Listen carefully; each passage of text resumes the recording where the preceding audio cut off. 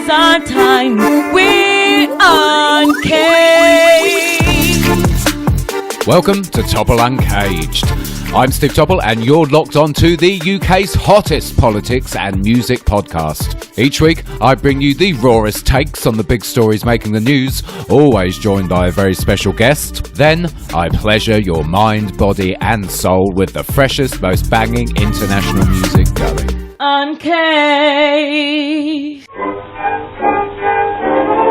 Brother Bertie went away to do his bit the other. What's up everyone, I am Steve Topple. It is Sunday the 9th of June and that can only mean one thing. It's this week's edition of Topple Uncaged. Yes, we've had a lot of goodbyes to say this week, haven't we?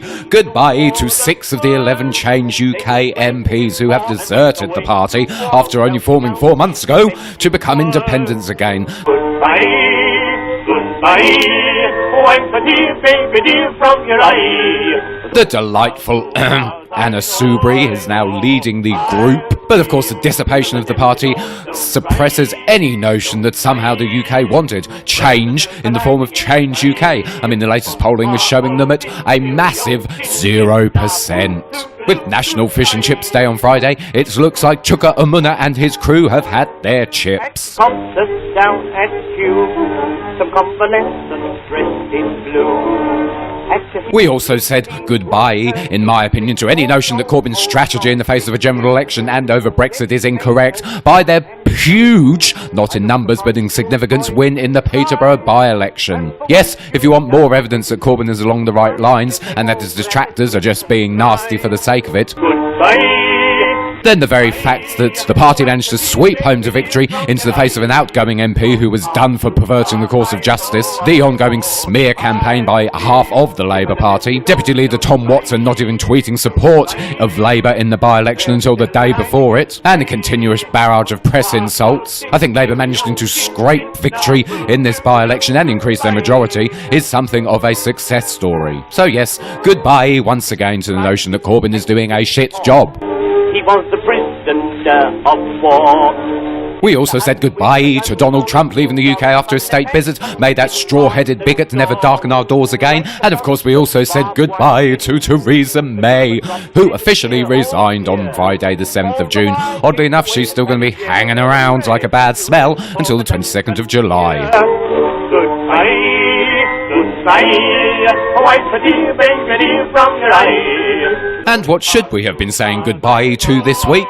Well, the first thing in my opinion would be rancid political hypocrisy. We had all the corporate warmongering leaders coming out for the D-Day celebrations, the rancid snivelling two-facedness of them all when they'd quite happily send troops to die in the four corners of the world, and would quite happily bomb the Middle East and Latin American countries into oblivion, makes me physically sick. It's about time we said goodbye to this notion that our leaders somehow care for the general population and the populations of other countries. Their hypocrisy as celebrating D-Day is rank. I'd quite also like us to say goodbye to this notion that somehow America helped us in the Second World War out of peace, love and generosity. They didn't. It was all financially motivated, of course. Because as we saw after the end of the Second World War, it was when US imperialism really kicked off across the globe. Don't forget, the loan they gave us after the Second World War we didn't pay off until 2006. And it was of course Senator Truman, later to become President Truman, who said in 1941 that if we see that Germany is winning the war, we ought to help Russia, and that if Russia is winning, we ought to help Germany, and in that way let them kill as many as possible. Soviets he was of course talking about. The Americans didn't come into the Second World War at the kindness of their hearts. They did it out of their own corporate establishment greed. Meanwhile, as the song Goodbye by Cortland and Jeffries alludes to, it is of course the poorest people who suffer the most. It is of course about factory girls waving their husbands off in the First World War. Overall, we should be thinking of saying goodbye to war and welcoming in peace across the world. But with these corporate swine in power, that is not going to happen. Anyway, let's crack on with this week's show. I know, I'll be single and to go. Don't cry, there's a silver light. Soaring above this week's top stories, I'm free flying with My guest on this week's Free Flying With section is from a campaign group I was very proud to have been involved in since its inception. It works around an issue which affects, well, if estimates are to be believed, and some of the estimates, in my opinion, are an underestimate, it affects millions of women in this country, specifically also young women. But this group aims to raise awareness of that, and also they do absolutely brilliant direct action in supporting women on the ground with this ongoing, in my opinion, scandal. I'm very pleased to have this person here because I've known she's an old acquaintance in terms of length of time, not in terms of age, of course. And I'm very pleased to have her on the podcast. It is Linda from the fantastic campaign group Period Power. Linda, thank you so much for coming on. It's lovely to finally speak to you as well, but it's great to have you on. Absolutely. Thank you for inviting me to speak to your audience. Thank you, Steve. My absolute pleasure. So let's crack straight on. So you helped form the campaign group Period Power, which I wrote about a while ago now. Why did you start this campaign up? Because, I mean, there's lots of reports in the press constantly about so-called period poverty in this country. A lot of people are very scathing about it. I could think of a certain Julia Hartley-Brewer, who we won't get into her, but a lot of people dismiss this. But it is a real issue. As I said in the introduction, some estimates put it at 3 million women, possibly anything up to 8 million women are affected at some point in their lives by problems being able to buy sanitary products. So was this the reason you set up Period Power, because it's such a widespread issue? Yes, absolutely. It's one of these issues that very few people were aware of up until about 2 years ago, myself included. It was about 3 years ago when I realised there was a problem. And I started to look into it and realised that the problem was far more widespread than initially I thought. I started to do a little bit of work on my own, but realised I needed the help of many other people because it was a massive problem. Then I approached 4 other women, all like-minded women, very strong, very forthright, and people who get things done. And we set up Period Power. That was 2 years this September, so almost 2 years. We are now an official charity. We were registered as a charity in January of 2019. And like you say, this problem is massive. It's not only women, it's schoolgirls. You mentioned figures, and we know that 1 in 10 on a national statistic of young girls are missing school. That is a national statistic. So if you go into areas like Stoke-on-Trent, city centres, parts of London, all city centres basically, that statistic is going to be higher. I would say 3 in 10, 4 in 10 young girls losing time off school on a regular basis. I think that's probably nearer the mark. I mean, we all know what the national statistics are sometimes unreliable, and as you quite importantly pointed out, it's going to be more localised where incidences of deprivation and poverty are higher. So, yeah, I think everything should be taken with a pinch of salt, and we should always look at probably the overestimate. Now, what I love about what you do is, firstly, you're, as you said yourself, very to the point. You don't mess around, but what you're doing on the ground is fantastic because you are literally getting in there, accumulating from donations sanitary products and getting them directly into schools where they're most needed. I mean, was that your aim from the outset, to firstly actually do something to help young women and girls who are suffering from period poverty? Absolutely, yes. When there's a problem, it's okay to talk about it. It's great to raise awareness, but we do have to act. Initially, we have to act immediately. There's no point in discussing things and becoming over-analytical and having meetings after meetings. It's my philosophy on life. If there's a problem, get it solved. Do something about it immediately, and that's what we do. We don't wait for reports to come back or academics to give us their research findings. I'm not interested in that. I see the problem on the street. I see the problem on a daily basis. And you mentioned Julia Hartley-Brewer. We have to mention her once, but she lives in her little perfect bubble in London, and she doesn't see the problems that we see. I would love her to come out for a day with me and see the poverty that I face on a daily basis and the people I have to see struggling on a daily basis. So that's the last of her. We're not going to talk about her again. We don't need to, do we? So you do excellent grassroots campaign work and literally get involved. I love your philosophy. It is just it sums me up as well. Enough talking. Let's just get on with it, and get on with it. You do. But what you are doing, again, which is extremely important, on Thursday, the 6th of June, you held your first ever conference in the West Midlands, wasn't it? And I think you had support from the GMB union as well, didn't you? Tell me what the conference was all about, because I mean, again, it's just groundbreaking. It's absolutely brilliant. Well, the conference was the first conference to be held on period poverty in the West Midlands. And there's probably one or two conferences that have been held in the UK, but very few. So we're very proud of that. We've had massive support from various unions throughout the UK. A long list. GMB, one of them. Joe Morgan's been great. I think he's the regional... you know something? I don't even know what the title is, but he knows. And it's Joe Morgan, so he'll know. Regional officer, I think. But GMB, FBU, Unite Union, Unite Community have been wonderful in supporting us. Many other unions as well. But we do have a lot of people who give us on a monthly basis. We call them the monthly gifters, and they donate every month. We have one-off donations from the general public. We are supported really, really well, and we're so proud of the support that we get. But it's the only way. We try and interact with the public in as much as we have what we call our dignity boxes throughout the city of Stoke-on-Trent and surrounding areas, whereby the public can donate product, but that's a slow process. It's a good way of interacting and raising awareness. I like to get money in so I can buy product immediately and then get it distributed immediately. If anybody needs any help in our area or throughout Staffordshire and the West Midlands, they can contact me and I can get product to them within 2 days. They don't have to wait till we raise funds or till we raise product or donations. It's immediate, and this is so important. A woman cannot wait.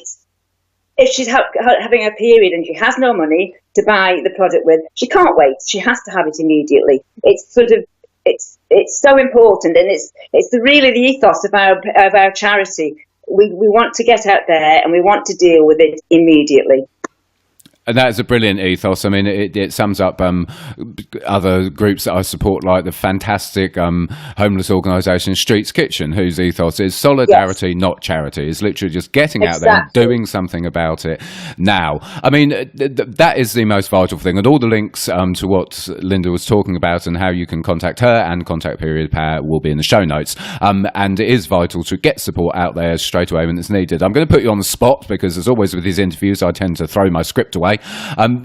What, in terms of how we can start changing this nationally, what do you think the one thing that can be done which would help to reduce and quickly as possible, really, eradicate period poverty? What's the one thing that you think can be done? Because in my mind, do you know what? In my mind, I always find it absolutely peculiar, and I think it's summed up best by, if it was a man having to go through this, there'd be no issue at all. These products would be available on the NHS. It's preposterous that it's not, because it's a health-related issue. But what is the one step you would like to see that could immediately start to change things, do you think? Okay, that's a very difficult question. There's a few ways of sort of eradicating period poverty, but the main way of eradicating period poverty is eradicating poverty. And we need to get people out of that poverty bracket, if you want to call it. We need to give people the benefits, enough benefits they can live off properly, not to survive on. We need to take people out of flexible working conditions and 0-hour contracts. We need to get rid of universal credit. We need to treat people with respect. We need to give them the capacity to live their lives to the full. The fullest, is that correct? The fullest. We've got to stop treating people as if they don't matter, because every single person matters. Boom, I couldn't have summed it up better myself. To wrap this up, how can people get involved with what you do, and what can people do right now, today, Sunday, the 9th of June, to support what you guys are doing? How can people get involved? Right. Firstly, maybe write to your MP. Tell them that you're not happy with the situation. Tell them that we need to take these people out of period poverty and out of poverty. If they want to get involved with us directly, go to our Facebook page, go to our website. I'm assuming you'll put that onto your blog. Is that right? Yeah, fantastic. But really, contact your local councillors and your local MPs. We've actually recently managed to get Stoke City Council to be the first period dignity council in England. We've supplied them with product to go into every single one of their public toilets and ladies' toilets and disabled toilets throughout the city. So try and do that with your local council. That would be a first step. All of these things add up and build up, and eventually we will get there. And as you said, if a man had a period, we wouldn't have this discussion. We wouldn't be having this discussion. We would not even be talking about it, Linda. You're quite well. We're both right. It's a damning indictment of the patriarchy and misogynistic society that we live in. But that's amazing what you've done with Stoke Council. That just shows the power of literally not messing around and getting stuff done. It's an absolutely fantastic achievement that you've done that. All details to Period Power will be in the show notes. Linda, thank you so much for coming on the podcast. It's a pleasure talking to you. My kind of guest. Love it. Yeah. Linda from Period Power, thank you. Thank you so much. Time for you guys to be uncaged because Twitter chirps back. Yes, it is that time of the week again. This is a chance for you to air your dirty news laundry in Twitter Chirps Back. I put out a tweet on the Thursday evening. You lot reply to it, and I'll read the best comments out on air. And have I had a lot of comments this week, so I better get cracking. Yes, first off, working through them, this Nicola Jeffrey, the love of my life, the gorgeous Nicola Jeffrey. Hello, Nicola. She said, definitely the invisible MPs at this week's Invisible Disabilities debate. Yes, in case you missed it, there was a debate in Parliament on Wednesday after Prime Minister's question times about invisible disabilities. And quite, the MPs were invisible. 21 altogether attended. That was 3.23% of the total number of MPs in Parliament. Of course, within the country, there are over 20 million disabled people. And when you add the number of people living with fibromyalgia and learning disabled people together, that totals more than 4%. So these MPs that turned up, the number of them didn't even represent people with fibromyalgia and learning disabled people. It was an absolutely appalling debate, ending with the notion that somehow the best they can do is change the disabled sign to include something about invisible disabilities. What a load of shit. But ultimately, it's always the way surrounding anything with regards to disability rights comes to the bottom of the pile. Next up, it's my man behind the booth, sound engineer Gav Paws, getting involved with Twitter Chirps Back. He says, why is MSN constantly backing right-wingers like Farage and Boris and giving people like Kate Andrews airtime, yet constantly smearing Corbyn? We all know the answer to this, but it needs to be said out loud and repeated. Yes, indeed, Gav Paws, it does. Of course, because Corbyn is a threat to the establishment order.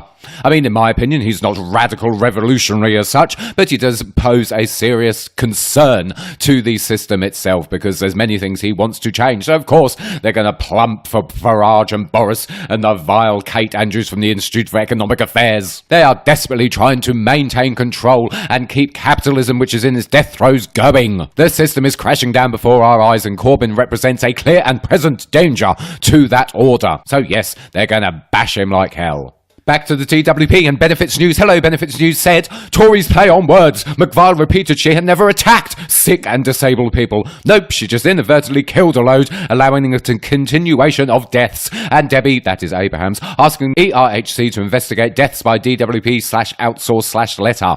Yes, this is Esther McVeigh on Victoria, Derbyshire. She had a horrendous time on that. The question was essentially posed to her about deaths relating to the DWP, and she denied there was a problem. Can you imagine that woman Prime Minister of our country? Good grief. And of course, the news about Debbie Abrahams writing to the ERHC asking them to investigate DWP-related deaths. This comes in the wake of the terrible case of Jodie Whiting taking her own life after being denied benefits. But of course, she's not the only one. An Oxford University study found that 595 deaths were related to the work capability assessment, where people had taken their own lives. There is a petition surrounding this. I will link it in the show notes. This is a hugely important issue. Too many people are dying on the watch of the Department for Work and Pensions. And on that note, Cora Blimey, #NHS, #SOS said as well, disabled and sick people get the blame for the crash, lack of productivity on austerity continuing while they cover up the deaths and quietly hand over 600 million to the colluding and profiteering perpetrators. That's some level of corruption, employing corporate henchmen. Yes, this is of course the news that Atos and Maximus, the companies that do the Fit for Work assessments, have been having their contracts extended again by the Department for Work and Pensions, netting a lovely £600 million bung. These corrupt, rancid companies whose assessors lied through their teeth repeatedly repeatedly and put many sick and disabled people back into work when they should not be working are an absolute scourge on this country. But yet, of course, yes, the DWP is giving them more money because it quite suits them having loads of people who shouldn't be in work being pushed back into it. Yes, and also have to give a nod to UK Labour today. Ogham the Bold. Hello, Ogham the Bold. That's a delightful Twitter name. Ogham the Bold said, biggest events, landforthemany.uk report. Hope reforms, actions, changes are as big and proper bold as our land. 60 million acres. Yes, I do kind of understand your tweet. Basically what you're saying is Labour produced this report, Land for the Many, which was about changing the way that land is owned and governed in this country. Yet the media kind of ignored this, probably because so many of the media barons own huge amounts of land themselves, and Labour is hoping to shake this up. It's a fascinating report. I would link to it in the show notes. I suggest you read it. It did not get the coverage it deserves. Land for the Many report from the Labour Party. And back to the DWP. It is a running theme this week, and Paula Peters, fantastic disabled rights activist, hello Paula, she said, Mind Charity and McVitie's are taking the biscuit. In partnership with one another, they'll get more than crumbs out of this. Yeah, the stories just keep coming this week. This is absolutely staggering. This is McVitie's, yes, in partnership with Mind, the charity that colludes with the DWP at every opportunity. Let's talk over a free pack of McVitie's. I just have no words for that. I mean, also apparently they're advertising in the Metro as well, alongside the DWP, who are also advertising in the Metro. Their Universal Credit propaganda campaign is the best way of describing it. Don't forget there's a campaign at the minute, Dump the Metro. But yes, McVitie's and Mind collaborating together. Could you think of anything worse? I couldn't think of much worse because I really dislike Mind. And also me and Nicola are on a diet where we can't eat carbohydrates or sugars, so it's just a double whammy of rankness. And finally, something that actually happened in this thread, which was a bit odd, and loads of people commented on it. Nicola again said, Steve, can we also mention hashtag activist anomalies again on this week's Topple and Cage, please? What the actual fuck? Yes, there was something peculiar going on with this Twitter thread, people not being able to see the replies to each other. But if you check out the hashtag activist anomalies, you will see this has been going on a lot. Nearly 2 years ago, I wrote about the fact that for DPAC, Disabled People Against Cuts, activists were shadow banned for using the question time hashtag to promote a disability rights campaign. Twitter denied for ages that shadow banning exists, as is where people can't see posts from the shadow banned people, but then they had to admit to the US Congress last year, yes, they do actually do it. And we are seeing constant anomalies with certain campaigns and certain organisations and certain chatter on Twitter of people not being able to see certain content. What's going on? I think the PSYOP war against certain activists and certain radical campaigners is just moved into the digital age now. Beware the activist anomalies. Otherwise, that is it for this week's Twitter Chirps Back. Thank you to everyone who got involved. There's loads of comments this week. Please keep them coming in. As always, I will put out a tweet on Thursday night just before Question Time, and you can have your say. Question Time won't let you do that.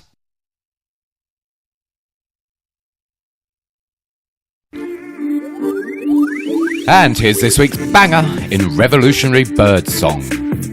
Regular listeners to this podcast will know that some of my favourite artists are invariably female.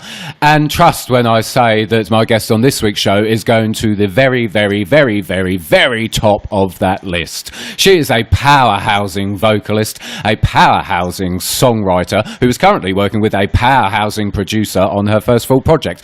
My sound engineer DJ Paul said that this producer only picks the toughest female artists, and this lady is no exception to that rule. Lyrically fire, vocally sublime, the kind of voice that gives you goosebumps when you listen to her. I think 2019 is going to be the year she blows up, and I better just add as well, she's currently on tour with a certain Ms. Lauren Hill. I'm extremely excited to have her on the podcast. This has been a few months in the making actually, but we finally have her here on Topple Uncaged. It's a real treat. It is the fantastic, the sublime Tara Harrison. Tara, thank you so much for coming on. I'm very, very, very, very excited. Thank you for having me, Stephen. Wow, what an introduction. I'm flattered. Thank you. It's all true. It's all true. We'll get into that later. It is a real treat to have you on. So, as I said in the introduction, you are currently on tour with a certain Miss Lauren Hill, and you've done backing for her for several years now, actually. I mean, you're a singer-songwriter yourself, and she is just such a inspirational talent and such a diverse and such a clever and astute artist. It must be so enriching for you to work with someone like that, no? Absolutely. I went from listening and knowing the miseducation of Lauryn Hill inside and out to having to perform it, on a different level and in so many different styles as well. It is certainly enriching to work with Miss Hill. She is creatively a genius in her own right. Lyrically, has always been an inspiration for me because she really puts forth the message, and she's been able to touch upon so many subjects. You know, when you listen to the Miseducation of Lauryn Hill, it's like nothing is like the other. She literally touches on a different subject on every song, from music to love to, you know, the what's happening in these streets, you know. So personally and professionally, it's been an amazing journey to be able to work with one of your idols, you know. I can imagine. It would be like me working with Mariah Carey. There we go. Yes. I love Mariah Carey. That's another story for another podcast anyway. Absolutely. It must be amazing because, I mean, the Miseducation of was such a groundbreaking album. I mean, I was sort of a late teenager when it came out, and it just blew my mind musically and lyrically. What a stunning project it was. I mean, it must be absolutely awesome to work with her. But I have to say, you are pretty awesome in your own right. I mean, thank you. You are. We'll talk about the first track you released this year in a little while, but your musical kind of background, I did have a little giggle to myself because I was reading up on you. And your kind of musical journey, Tara, started when you were 3, doing an impromptu little performance, if you like, for shoppers in Macy's while your mum's back was turned. Now, I mean, I think most people start singing in the shower, but you took a world-famous department store and decided to start singing there. I mean, how have you developed as an artist? Because you started obviously singing, from a young age, and it progressed from there. What was your musical upbringing like, as it were? Well, I think the Macy's moment was so epic just because I think that's when they realized, like, I could totally sing. And so that was when everyone kind of took notice that I wasn't just, like, hollering all the time. You know, okay, this child can actually sing, and she knows all the songs to this Whitney Houston, all the lyrics to this Whitney Houston song. So I would say that I've been singing since I've been talking.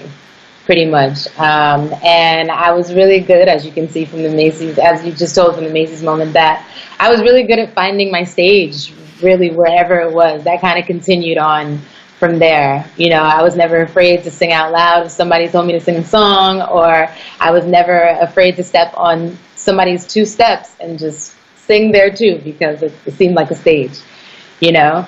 But from there, my parents were really amazing at honing my craft. You know, they were always supportive of it, and they never pushed me to do anything that I didn't want to do, but they always introduced really good environments for me to, you know, make sure that I got to do what I really liked, and to develop, you know, to really hone my craft, to develop my voice. So, I mean, I did school plays, I did choirs, both in church and in school. You know, I did a few talent shows. And probably when I did a talent show when I was 13, that's when it was like, okay, let's enter her into the professional world. You know, so at the age of 14, I actually signed a production deal with a really dope songwriter and producer. And we just kind of started the open mic circuit. And that's really how it started, you know. And from there, I just got to, you know, basically get in an audition for the majors, you know, after cutting a couple demos and taking a few, you know, lessons, you know. The first track you dropped this year, which was PSA, Public Service Announcement. I mean, it was this brilliant track. It kind of had reggae sensibilities, but it also threw me back to the kind of dubwise sound, but yet you made it extremely progressive with that, and it sounded very much sort of 21st century, bang up to date, and then this huge sort of conscious element with the lyrics as well. I mean, you're a singer and a songwriter, and the track was just fire. It was absolutely brilliant. Thank you. How that track, as an example, how does the process of composing a track come about? Do you get a rhythm first? Do you have an idea for a theme for a song? What's your creative process like, as it were? I'm always interested. It usually starts with something that I'm humming, you know, whether I have the track or not. Like, I have, like, in my phone, all of my notes are like me humming like some sort of melody, you know, and somehow I memorize them. And when I hear a track, a lot of times I'll just go to the phone and be like, oh, I think I have a melody for this, you know. And from there, it's really the track that does a lot of the inspiration, you know. It's really the track that does a lot of the inspiration, from the drums to even the way that it's set up. You know, I kind of listen to the track, and that helps me set up how I'm going to write it. You know, so whether that means we're going to do verse hook, verse pre-hook hook, whether there's going to be a bridge included, or whether it's important for an instrumental section to be there. You know, instead it all starts with the track for me. Yeah. No, and it shows. I mean, and it's such a great track, and it kind of blew up a fair bit over here. Actually, it was on BBC One Extra's playlist. Yes, thank you. And I heard that's the first time I heard it was on Dave Rodigan's One Extra reggae show, and I was just like, "Who is this singer?" Yeah, no, and I was just like, "Who is this?" And here you are, and of course, it was produced by legendary producer Rory Stone Love. I mean, I was chatting to another female singer, Zia Benjamin, a few weeks ago, who's also working with Rory. I mean, he's just epic. How is it working with him? He's fantastic. Rory is notably a leader in, I mean, arguably the most influential sound that came out of Jamaica, Stone Love. You know, Stone Love movement. And I'm honored to work with someone who has toured the world as much as he has as a representative of Jamaica specifically. You know, he shifted from selector now to producer, and he just kind of used all of that knowledge, all of his musical knowledge, all of his experience all over the world, and really, really puts it into these tracks that he makes, this music that he makes. You know, that's what I really appreciate about him. And as you probably know, Rory specializes in dub. So, you know, that's definitely where Black Dub, that's where it comes from. That's where this whole project that he and I, you know, ended up collaborating on comes from. I'm not necessarily, for me, it was about the message, and reggae music and this style in which Rory has is pretty much what I use to express this specific message. You know, for me, I'm very, very diverse in my genres. So, but for me, this specific project, reggae was the only way to say what I had to say in this one, you know. You've got finally a proper project coming out from Rory and yourself this year. Tell me all about that, because I am extremely excited and I cannot wait to hear it. Cool. Thank you. So Rory Stone Love, Black Dub Music presents the Lady Lighter EP. And it is Lady Lighter EP. It's 7 songs, all written by me and all produced by Rory. And it's basically just quality roots and, you know, dub-wise tracks, you know, captured all in live instrumentation. And they really just narrate, I think it's like I'm talking in the writing. I was pretty much talking to my 16-year-old self.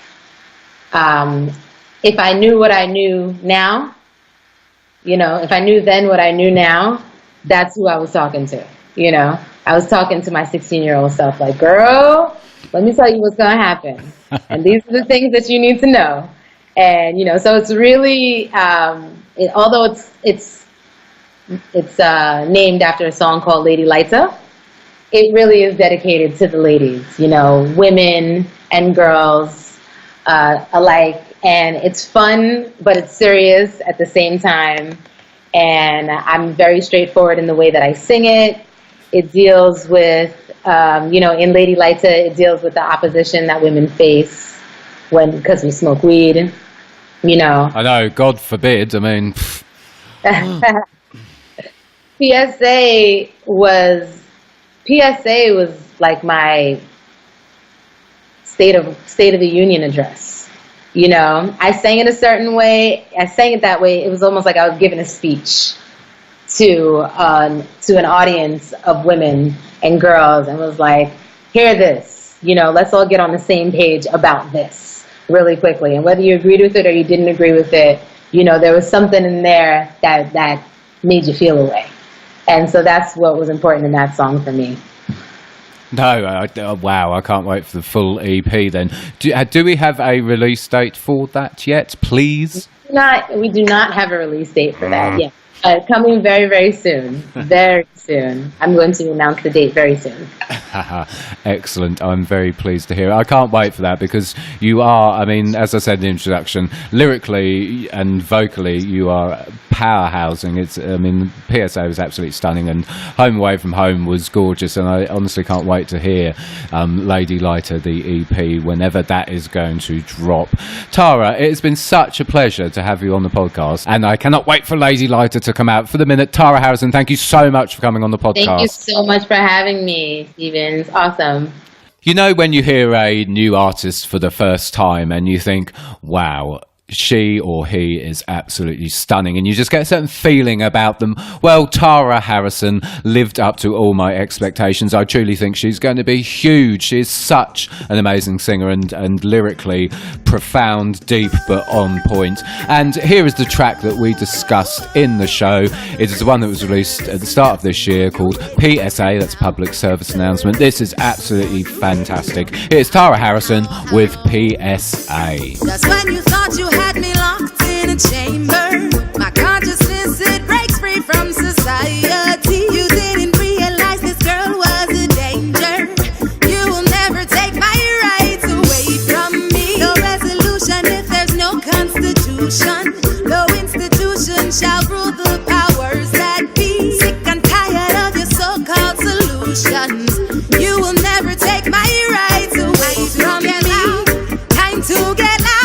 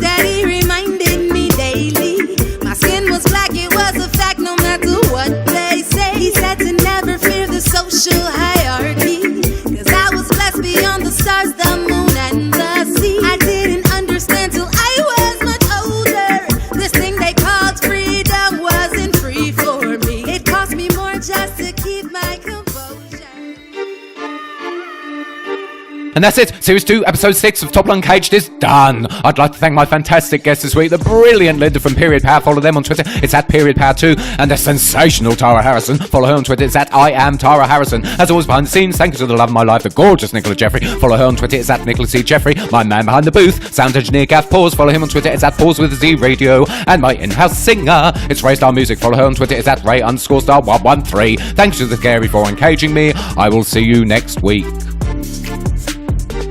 Uncaged.